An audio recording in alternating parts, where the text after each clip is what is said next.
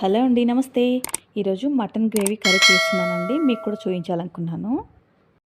Stove మీద cooker పెట్టానండి. 2 గంటలు ఆయిల్ వేసాను. కుక్కర్లో వేయడం వల్ల 15 నిమిషాలు అయిపోతుందండి. అర చెంచా జీలకర్ర వేస్తున్నాను. ఇది కొంచెం వేగింది కదండి. ఇప్పుడు లవంగా, ఇలాచి, చెక్క ఈ 3 వేసానండి. ఇది వేగినాయండి. ఇప్పుడు ఉల్లిగడ్డ వేస్తున్నాను. కొంచెం ఉల్లిగడ్డ ఎక్కువగా ఉంటేనే బాగుంటుందండి. గ్రేవీ కూడా చిక్కగా వస్తుంది. ఇది కొంచెం ఎర్రగా వేయించుకోవాలి.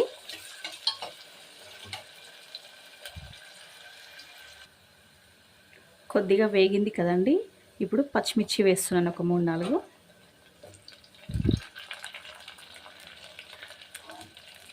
కొద్దిగా కరివేపాకు కూడా వేసుకోవాలి.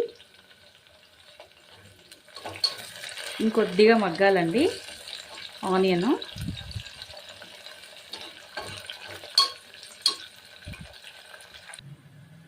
ఇప్పుడు కొద్దిగా పుదీనా కూడా వేస్తున్నాను. పుదీనా తాలింపులో వేస్తేనే బాగుంటుందండి టేస్ట్, ఆయిల్లో మగ్గితేనే. ఇది కొంచెం మగ్గనివ్వాలి. మీరు మసాలాలు ఘాటు తింటే ఇంకా రెండు ఇలాచి, 2 లవంగా, చెక్క కొంచెం ఎక్కువగా వేసుకోండి. మేము తక్కువ తింటాం కాబట్టి నేను 2గా వేసాను. మీకు కావాలంటే ఎక్కువగా వేసుకోవచ్చు. ఇప్పుడు కొద్దిగా పసుపు కూడా వేసుకుంటానండి. నేను నాన్ వెజ్కి కొంచెం పసుపు ఎక్కువగానే వాడతాను.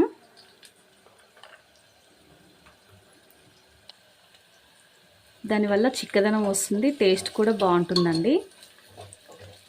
చూడండి ఎలా ఎర్రగా మగ్గిపోయిందో. ఈ విధంగా మగ్గాలి. చికెన్ కూడా ఇంతే మగ్గిస్తానండి నేను. దానివల్ల టేస్ట్ ప్లస్ గ్రేవీ కూడా చిక్కగా వస్తుందన్నమాట. చూసారు కదా, ఇలా ఎర్రగా మగ్గితే చాలా టేస్ట్ ఉంటుంది కర్రీ ఏదైనా. ఇప్పుడు ఉప్పు, పసుపు వేసి కడిగాను కదండి మటన్, దీన్ని కూడా వేస్తాను.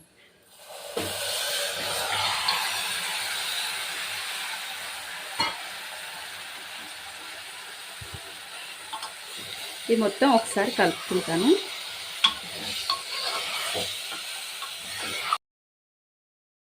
ఇప్పుడు పచ్చివాసన పోయే వరకు మగ్గించుకోవాలండి. టమాటాలు ఒక 3-4 తీసుకోండి.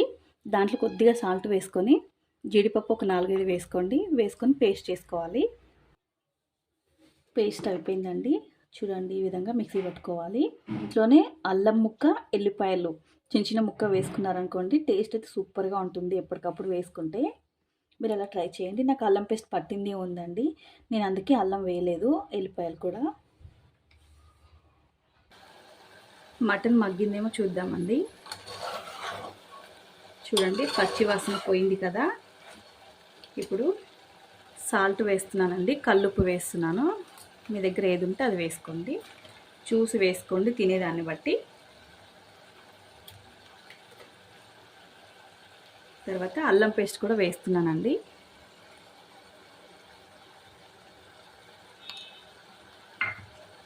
ఇది మొత్తం ఒకసారి కలుపుకోవాలి.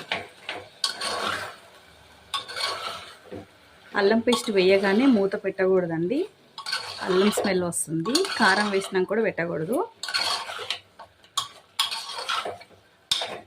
కొంచెం మగ్గిన తర్వాత కారం వేసుకోవాలండి.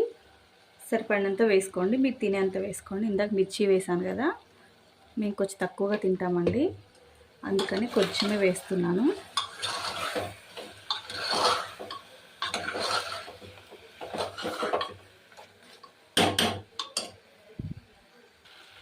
ఇది కూడా 5 మినిట్స్ మగ్గిన తర్వాత టమాటా పేస్ట్ పట్టుకున్నాను కదండి, దాన్ని కూడా వేస్తున్నాను. కొంచెం వాటర్ వేసుకుంటానండి. ఇది కూడా టమాటా కూడా పచ్చిదే కదండి, ఇది కూడా పచ్చివాసన పోవాలన్నమాట. ఏదైనా సరే పచ్చివాసన వస్తే స్మెల్ బాగోదు కదండి, తినలేము. ఇది కూడా కొంచెం మగ్గనిద్దామండి. మూత పెట్టొద్దండి, మూత పెడితే ఏంటంటే నీసు వాసన వస్తుంది కర్రీ. ఒక 5 మినిట్స్ తర్వాత పచ్చివాసన పోయిందండి. ఇప్పుడు కొంచెం ధనియాల పొడి వేసుకుంటాను.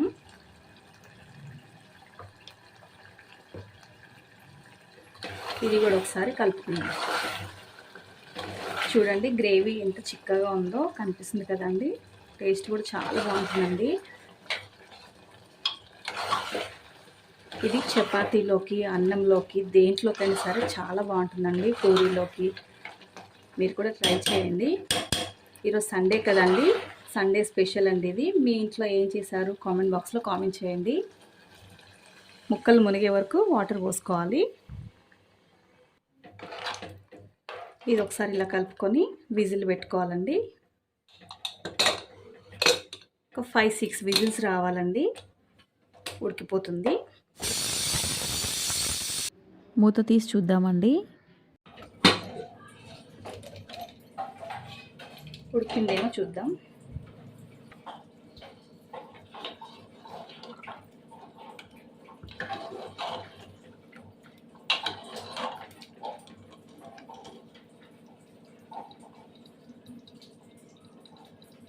ఉడికిందండి.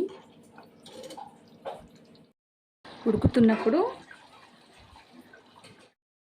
ఇందాక ధనియాల పొడి వేసాను కదండి, ఇప్పుడు మీట్ మసాలా వేసుకుంటున్నాను కొద్దిగా. తర్వాత కొత్తిమీర వేస్తున్నానండి. టేస్ట్ అయితే చాలా బాగా వచ్చిందండి. మీరు కూడా ట్రై చేయండి. మీకు ఎలా వచ్చిందో కామెంట్ బాక్స్లో కామెంట్ చేయండి. ఈ వీడియో నచ్చినట్లయితే మీ ఫ్రెండ్స్కి, ఫ్యామిలీ మెంబర్స్కి షేర్ చేయండి. పాత వాళ్ళైతే లైక్ చేయండి, కొత్త వాళ్ళైతే సబ్స్క్రైబ్ చేయండి. లైక్ చేయడం వల్ల, సబ్స్క్రైబ్ చేయడం వల్ల నష్టమేమి ఉండదండి. ప్లీజ్ సపోర్ట్ చేయండి. Thank you for watching.